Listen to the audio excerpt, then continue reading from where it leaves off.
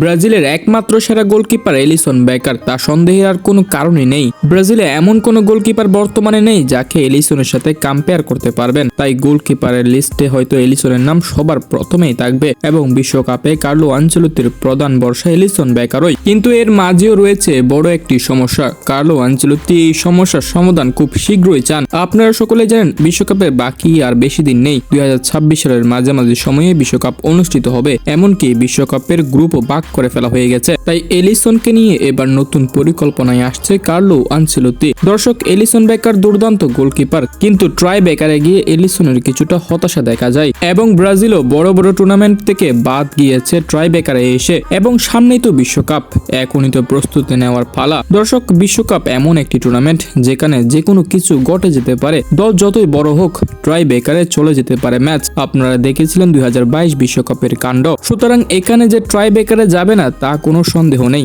এবং try বেকারে match গেলেই আপনার দুই চোখ চলে যাবে গোলকিপারের দিকে। আমাদের গোলকিপার আমাদের টিমকে বাঁচাতে পারবে তো, এমন একটা প্রশ্ন আপনার মধ্যে চলে আসে। তাই কার্লো আনচেলত্তি এবার পরিকল্পনা নিয়েছে এলিসন বেকারকে স্পেশালি ট্রেনিং করা হবে ট্রাই বেকারের জন্য। হ্যাঁ দর্শক, ক্লাব বিরতির পর এলিসনকে নিয়ে এই নতুন পরিকল্পনায় আসছে কার্লো আনচেলত্তি এবং বিশ্বকাপের আগে সম্পূর্ণ প্রস্তুত করবেন তাকে। এক্ষেত্রে কার্লো আনচেলত্তি ব্রাজিলের কিছু অ্যাসিস্ট্যান্ট কোচের সাথেও কথা বলেছেন এবং এক্ষেত্রেও এলিসন সম্মতি প্রকাশ করেছে। আপনারা সচরাচর ট্রাই বেকার দেখেন না, কারণ ক্লাব পর্যায়ে ম্যাচ ড্র হলে পয়েন্ট ভাগাভাগি হয়ে যায়। এরপর চ্যাম্পিয়ন্স লিগে কোয়ার্টার ফাইনাল কিংবা সেমিফাইনাল আসে অনেক দেরিতে। তাই নকআউট পর্বের ম্যাচগুলোতেও ড্র না হলে আর ট্রাই বেকার দেখা যায় না। ফলে ট্রাই বেকারে অভ্যস্ত না এই গোলকিপাররা। যখন বিশ্বকাপ বা কোপা আমেরিকার মতো বড় বড় টুর্নামেন্ট গুলো আসে, তখনই ট্রাই বেকারের মধ্যে পড়তে হয় বড় বড় গোলকিপারদের। তাই কার্লো আনচেলত্তি এবার এলিসনকে আগাম প্রস্তুতি করবেন, যাতে বিশ্বকাপে সকল মুহূর্তে প্রস্তুত থাকে ব্রাজিল টিম।